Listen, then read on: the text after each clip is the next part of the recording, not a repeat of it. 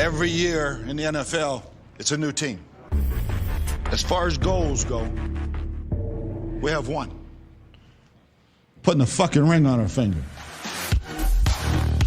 Welcome to the Buccaneers Observer Podcast. This is Ralph Phillips. I'm Molly Bay. Today is November 24th, 2019. We just spanked the Dirty Birds. Spanked them. We made them look bad. I mean, we had times where we looked a little bad, but it was nothing that they did. And they just looked flat. Everybody picked Atlanta to beat us. Except me. You must be feeling pretty good about yourself right now. Yeah. Hey, I'll take them where I can get them. A broken clock is still right twice a day. That's right. I've been right 4 times this year so far. What was our predictions? I said it was going to be close. I said like 28-24 or something. Your prediction was 28-25 Bucs. So you thought it was going to be a lot closer. What was your prediction?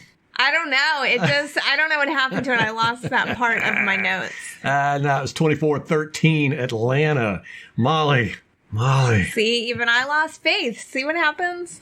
I got my Homer glasses on, secured with one of them rubber bands. You gotta feel so validated right now. Heck yeah. And you saw who showed up. Who made the difference in this game? Suh. The secondary. Yeah. They played incredible. They had 16 passes defensed on 55 attempts. That's 30% of the passes thrown by Atlanta were batted down out of the air by our secondary. And there was quite a few almost interceptions. Yeah, I think 5 or 6. I don't know. It was a lot. We only ended up with 1, but... You got to count them during your analysis of the game film. Yeah, we were undercutting those receivers good. That one, Jamal Dean, he thought he had it. He actually started running. He was like 4 yards away, heading towards the end zone before he realized he didn't have the ball in his hands. Oh, my God. I like that Jamal Dean, man. There's just something about him. I don't know what it is. It's just he's got a length to him, as B.A. would say. He's got that length. I can't wait to watch the All-22 on this one. Normally when we win, the All-22 is not as interesting. But this one, I was seeing a bunch of little stuff that I really liked during the game, especially in the trenches. Which that's my favorite thing to watch, is the trenches. So this is one of those games where Jameis had a defense show up. Yeah. And he's able to overcome the mistakes that happened early on in the game, the 2 interceptions. Oh, my God. I was like, I was so mad in the first half of the first quarter. I was just throwing stuff down. Molly was like, calm down. I was like, we got to get rid of this guy, man. This is just ridiculous. There is no way we're going to re-sign him. Now I'm like, re-sign everybody. I like this team. It's my favorite. But that goes back to what we've been saying. It's like when we have a unit on the field that doesn't play well, the other units don't step up to fill the gaps. Well, they did this week. You know, we had Jameis Winston going out there throwing interceptions like right away. His first pass of the game was a damn interception. Yeah, I think second. I think it was the second play. No, I think it was, I don't know. I think it was his first pass. Don't know. Well, anyhow, I mean, that's really irrelevant, but it was very soon. Right. The first drive. Let's stick with that first drive. And, put the defense in a tough situation, but they held them to 3 points. And then the second interception. It's kind of the same thing. And at that point, you're like, they have to be pissed off. Oh, yeah. That they got to keep going out there in these short field positions. Yeah, they've had to deal with this all year. Yeah. And, the second time he threw the interception, they made Atlanta go 3 and out. Jamal Dean had a pass defense on a 3rd and 17 at one point. It was just everybody stepped up. Matt Gay was missing extra points all over the damn place. But the other units were stepping up. Tight ends didn't do much today, and Mike Evans didn't do much today. Godwin stepped up. Running backs didn't do much. No, we had our best running game of the season. Really? See, this is where stats help. We had 133 yards rushing. Well, Jameis Winston had 38 of them. Okay, well, then we have 95 yards rushing. Dare had 1 carry for 12 yards, so he had a 12-yard average today. That's funny. But Ronald Jones has a 4.3-yard average per carry. In this game today? Yeah, in this game. Yeah, he was playing well. And a touchdown. He was playing well. The offensive line was blocking really good for him, it looked like. We had a really balanced game. Jameis Winston, 18 of 28. He threw 313 yards, 3 touchdowns, 2 interceptions. No sacks. That's incredible. No sacks. He was not sacked once. and had a rating of 108.2. Do Matt Ryan. Oh my gosh, it's really bad. 23 of 46 attempts, so 50% completion rating. You gotta hand it to the secondary on that one right there. Just keeping Matt Ryan to 50%. Oh, absolutely. That's only the second time in his career he's been held, right? Yep, per Greg Allman. He had 271 total yards and 0 touchdowns, 1 interception. He got sacked 6 times. For 46 yards. 46 yards. And had a rating of 59.3. Oof. I really thought Dirk Cutter would have had the best of us this game. Just because he knows everyone so well. Not the defense necessarily, but he really could have helped Atlanta's defense. I think that I thought it was going to be closer than it was because we dominated this game after the first half of the first quarter. Yeah, they were looking bad. We made them look bad. We were hitting hard. I mean, Julio Jones went out with a shoulder. Calvin Ridley landed awkwardly on his wrist. I mean, we were just beating those receivers down. And that's what we mentioned last week. In games where we're not physical, we lose. But I'm glad to see that they got the physicality back. I was glad to see they were blitzing Whitehead a few times, too. Oh, did they? Yeah. They were getting to Ryan. Nassib was back out there. That was good to see. Yeah. He was causing a disturbance. How about Ndamukong Suh? He's got 2 touchdowns on the season. More than Brashard Perriman. He's got more touchdowns than Brashard Perriman and more touchdowns this season than Gerald McCoy's had in his whole career. I'm just going to throw that out there. We looked it up before the game. Gerald McCoy has 4 sacks on the season. 2.5 of them were against us, so he's got 1.5. Other than that, he still needs 2 more. Is it 2?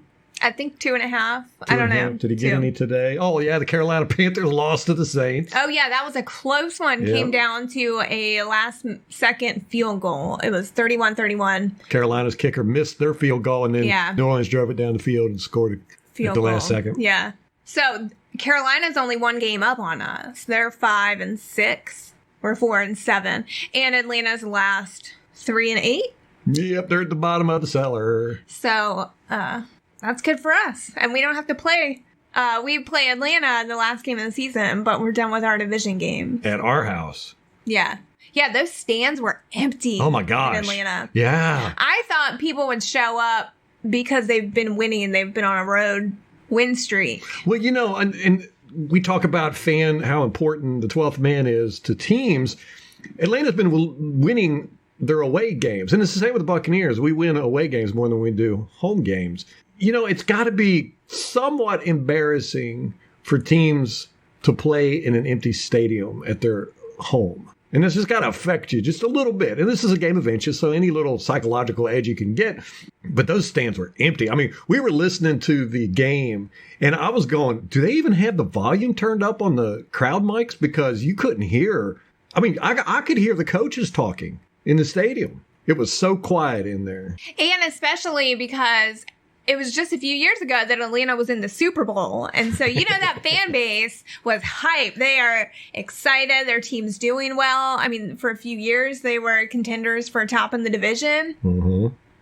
And so the fan base got used to that. And then as soon as they start doing that as well, the fan base just drops off. That's what happens when your fan base is made up of nothing but bandwagoners. Well, and it's got to feel horrible for the team because they've been at the top and now they fall. It's one thing to suck all the time and never be up there, but... Yeah, that Super Bowl hangover will just... Yeah. That can last years. Mm-hmm. I know, look at Carolina. Yeah, look at the Rams. They're struggling this year. Winston's interceptions, the first one, I don't know if that was Mike Evans' fault for not cutting it in correctly. The announcers did pick that up. They said he looped around instead of cutting in hard. Because so the defender got in front of him. Right. Yeah, he didn't look like he was trying a whole lot today. But Jameis also threw that one midair. Like, he jumped up in there and No, that was the second one. The Dare one. Yeah, man, you know, that was just so dumb. Why would you jump up in the air and throw the ball? And he ends up throwing it behind Dare, and it was picked off. But then after that, he played... Didn't Dare tip it? I think. Yeah, he had to reach behind him and yeah. he tipped it. Yeah. Right into a defender. But after that, Winston played good. And you brought this up that normally Winston, if he starts off bad, the rest of the game he's bad. He can't ever see Yeah, kind of like Cam Newton. He just doesn't get over it and things just kind of snowball. And that's how we've been conditioned as the fan base. Mm-hmm. But we expect it. He did well today with it. He shook it off. And Bruce Arians has talked about that. One of the things he really likes about Jameis Winston is how Jameis Winston just shakes stuff off. He doesn't let anything bother him. When he makes bad plays, he just moves on to the next one. So if you can get that Jameis that makes his mistakes early in the game, but then is able to rally and forget them and play a cleaner game towards the end. If you get that Jameis plus a Jameis that has the defense's help. Right, yeah, that was the key today, was the defense stepped up and filled in the gaps for everybody else. And they were energized, oh too. My gosh. They were all congratulating each other. Yeah, that defensive line, man, they were playing as a unit, and they were just celebrating after everything. And Vita Vea with a touchdown. I know. And Suh with the touchdown. Oh, my gosh, that is awesome. Well, our defensive line had more touchdowns than Julio Jones and Calvin Ridley. I know. They're all wide receivers. Neither one of those broke 100 yards. Calvin Ridley had 85 and Julio Jones had 68. Julio was targeted 9 times and only caught 5 balls. So just over half of the balls. That's our secondary just played lights out today. And we were concerned about Julio because of how physical he is. Mm-hmm. But we heard him. His shoulder was hurt. Yes. It's very unusual. Very unusual. I can't wait to look at this All-22 and see how they handled all that mess. And we know that tight ends typically do pretty well against us. Their starter, Austin Hooper, he's been out, and so they've been splitting between Jaden Graham and Luke Stalker. Luke Stalker had no receptions today. Who did you pick up in fantasy football? I don't want to talk about that. She picked up Luke Stalker. She was like, I'm going to pick up Luke Stalker because our tight ends always do good against us. And I agreed with her. I was like, yeah. And Luke, I looked at the snap counts from last week to see which one was targeted more. And I picked that one. It was Luke last week. He had, I think, just over 50% of the snaps. So it really could have gone either way. And he did not catch his only target.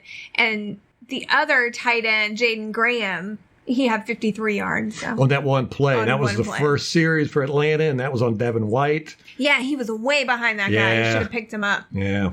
Or that guy got way behind him. So if you take that out of the picture, just that one play, I don't know what other plays they caught passing on Devin White, but if you took that out, then that means Matt Ryan would have had about 220 yards passing.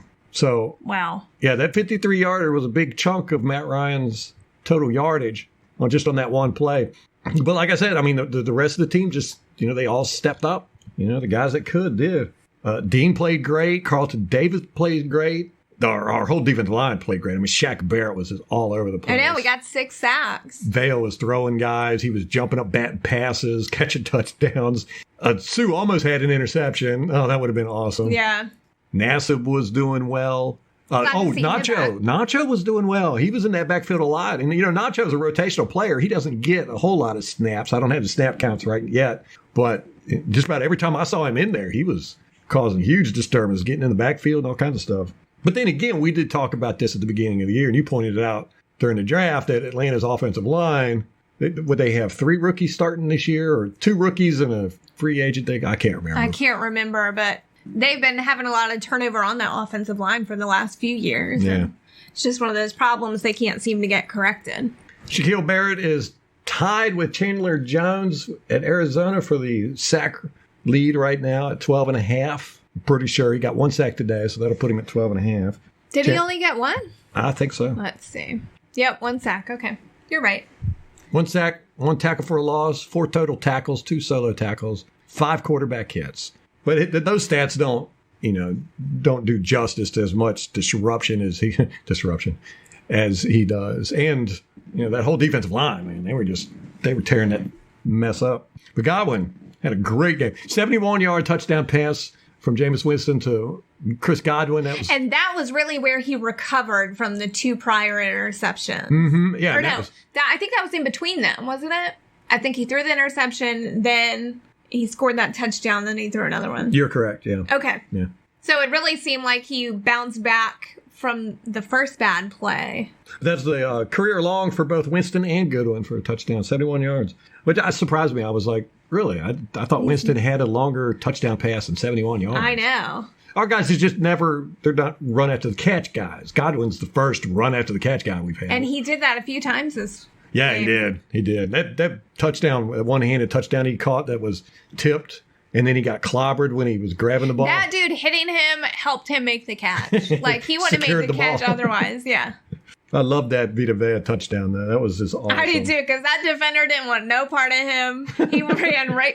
I mean, I'm sure he was blitzing, but Yeah, there was that play in about 3 minutes and 20 seconds left in the third quarter where Levante David had that interception, and it bounced right off his hands. Actually bounced and hit Devin White in the chest. Yeah. So both linebackers missed intercepting that one. Devin White had 2 sacks today Yeah. and 8 tackles. Besides that one miss that he had a really good game. It seems like he's kind of getting into a stride.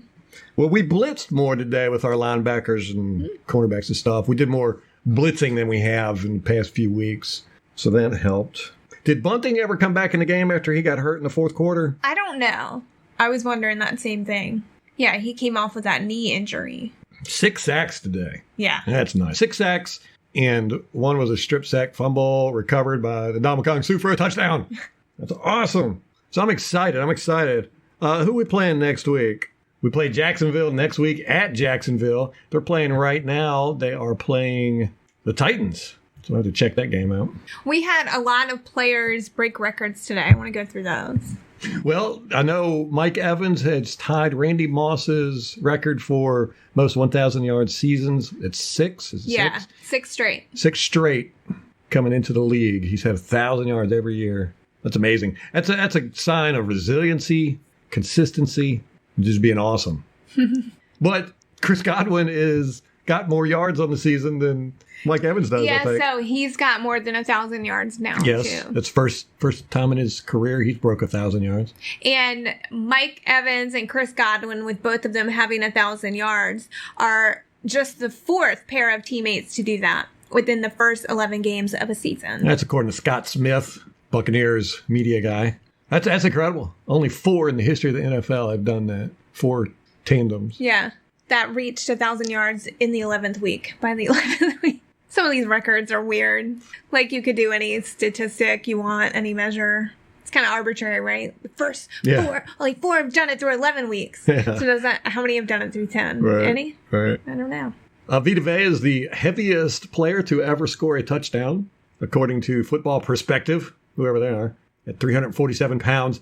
John Ogden at 345 pounds did hold the record. So he beat it by 2 pounds. That could have been water weight. Winston was at 300 yards passing for the game. He had a total of 313 yards. And that is his 6th straight game. That's a franchise record and his personal record. Nice. Chris Godwin's performance, it was his career best.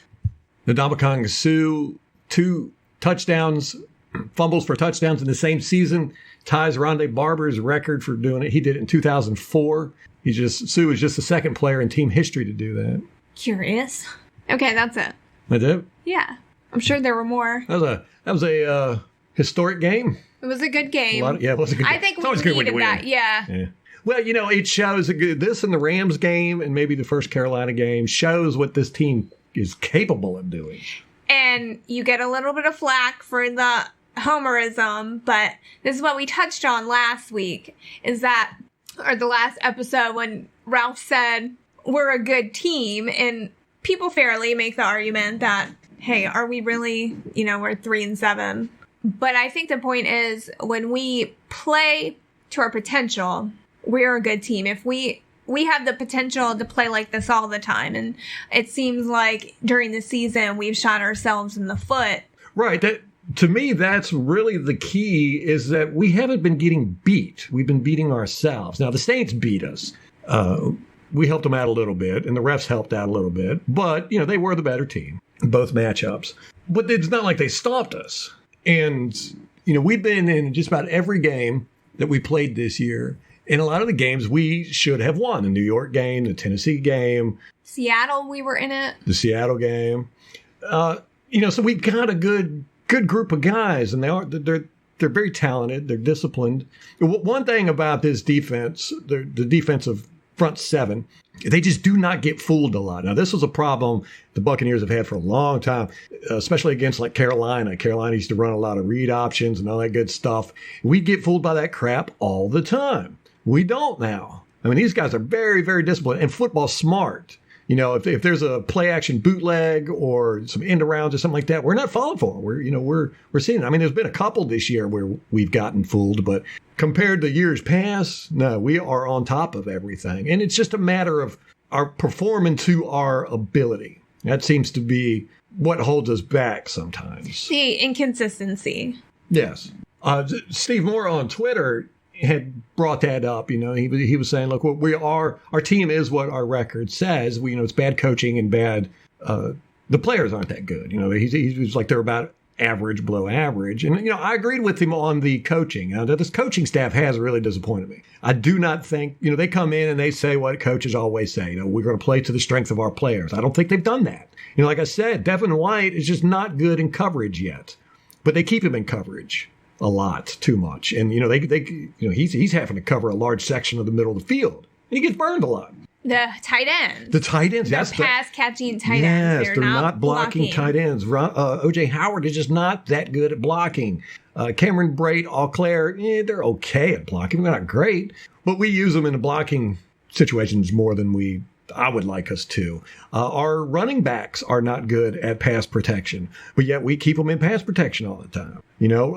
Jameis Winston doesn't read the field well. He doesn't see when receivers are open. He locks in. He has one, maybe two guys that he knows he's going to throw to before he hikes the ball. And so we have this Eric Coryell defense or offense is, predicated on getting guys open. And, just the same thing happened with Dirk Cutter. Dirk Cutter is really good at getting players open. I was actually surprised that we didn't have more open receivers today, or that Atlanta didn't have more open receivers. But Jameis Winston doesn't look for that. He doesn't look for open receivers. He's going to throw it to who he decides he's going to throw it to. He locks, you've heard it, he locks on receivers and all that good stuff. He doesn't scan the field to see who's open. He gets happy feet, all that good stuff. So, we haven't formed our team around our players' abilities. We've got our defense. Bowles is playing his defense. Doesn't matter what the players' abilities are. Same with the offense. We're playing this offense, which is basically the same as Dirk Cutter's offense last year. Not quite as innovative as Dirk Cutter's offense. Dirk Cutter used to do a lot of neat stuff that I really liked. I'm just not seeing the innovation at all on our offense or our defense. We started off the first couple of weeks, we had some really good defensive schemes, but then we scaled back, I think, once we saw that our secondary they just weren't grasping it. So the coaching staff has been a disappointment to me. I'm not ready to give up on it by any means, but as far as the player and talent-wise, I think we are much better than our record says. We've got elite-level players in just about every position group. We've got 2 elite wide receivers. We've got, I would say, an above-average offensive line. I know people are going to argue with me on that, but we got Ali Marpet, who is, he's an elite guard. On our defense, we've got elite linebacker Levante David. We've got elite nose tackle and Vita Vea. We've got elite Suh. We've got elite Barrett. We've got like 7 or 8 elite guys on our team. Most teams do not have that. And then everybody else, I would say, is average or above average. And there's some guys who are right on the cusp of being elite, possibly. So, as far as the team is concerned, talent-wise, I think we're there. We just got to get everybody working together every week and get this mentality of, everybody's not going to play at an elite level every game. So when one position group or one player is not, other players have to step up and fill that gap, which I think we did today. I really did. When Winston threw those interceptions, I was like, that's it. It's over already. This defense is going to quit. They have got to be so sick of this, Here they stop the damn Falcons from scoring after an interception, and then Jameis goes out there and throws another interception, giving them good field position. Defense has got to be like, man, come on. That's been 20 times this year that you've put the defense in a bad situation. 20 times. That's almost 2 times a game. That's got to be so infuriating for that defense.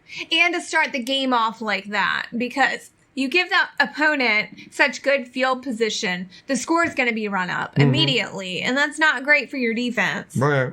It makes them look bad. It makes them look bad. And then the opposing team is probably going to try to run it more. So not that they can run on our defense, but it does tire your defense out more, generally speaking. And then you've got the wide receivers. I point out in my videos, Jameis Winston normally has 3, and the high end would be 7 or 9 times a game where he does not see wide open receivers down the field. That has got to be frustrating for those guys, because they bust their butts to get open, and Jameis Winston isn't seeing them.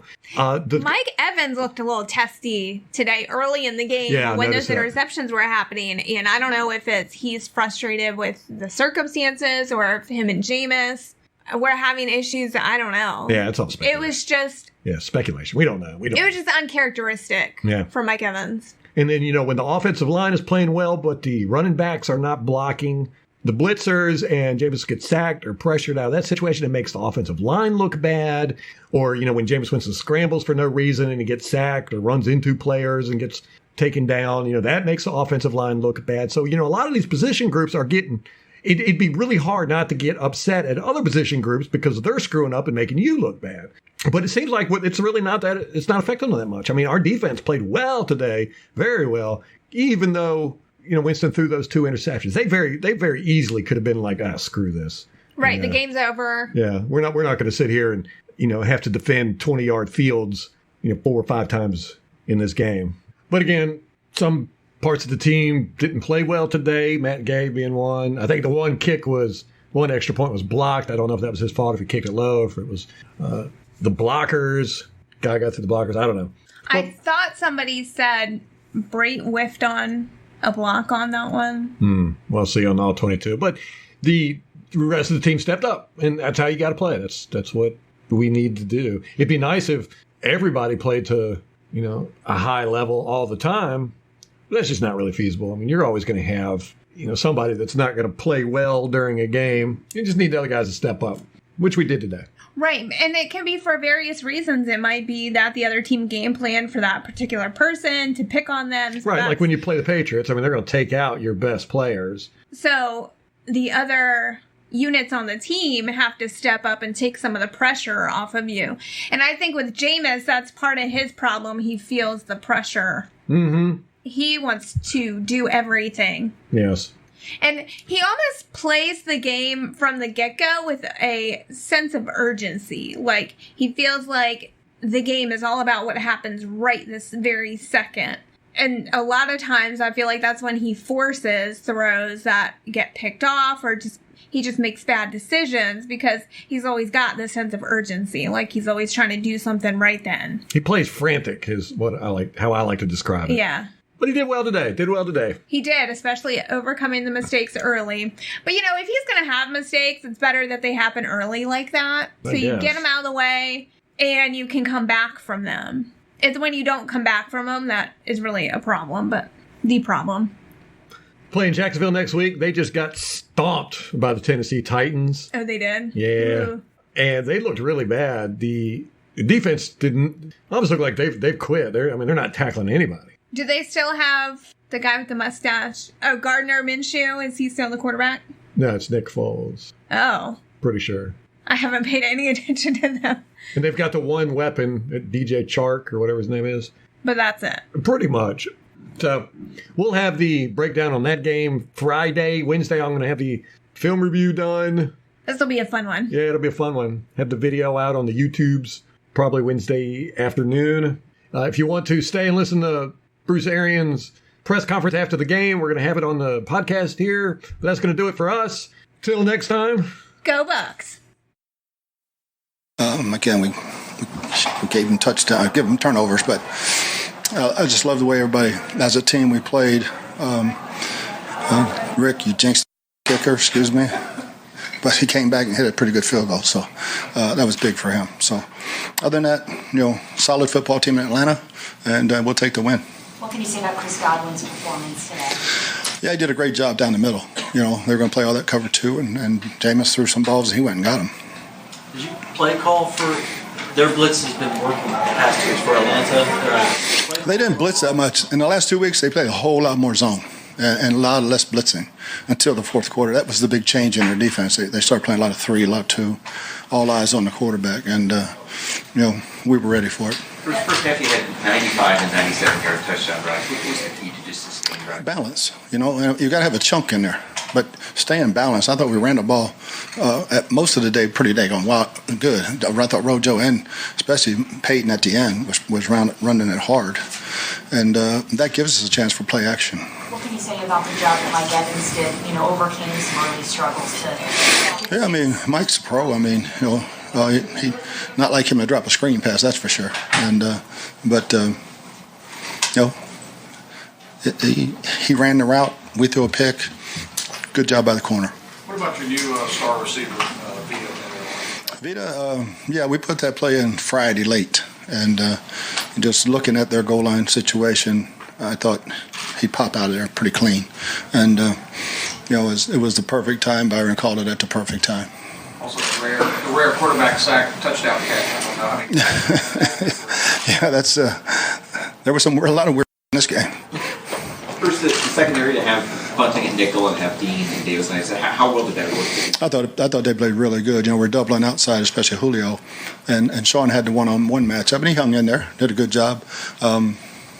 That's our three best cover guys, and then Sean got hurt, and Mike went in, and we dropped 5 interceptions right in our hands. That's the only negative about our defense. I mean, Levante never drops a pick 6, 5 of them, and or it's a totally different game. Do you have an update on Sean's knee?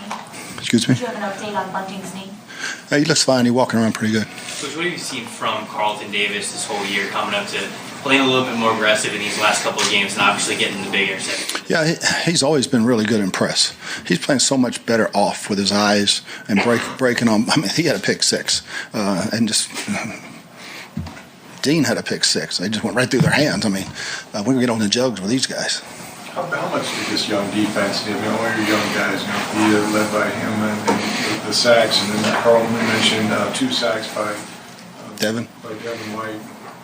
I mean, that's huge. I mean, these guys are growing, and they're coming in early and they're staying late, and it's really starting to show up.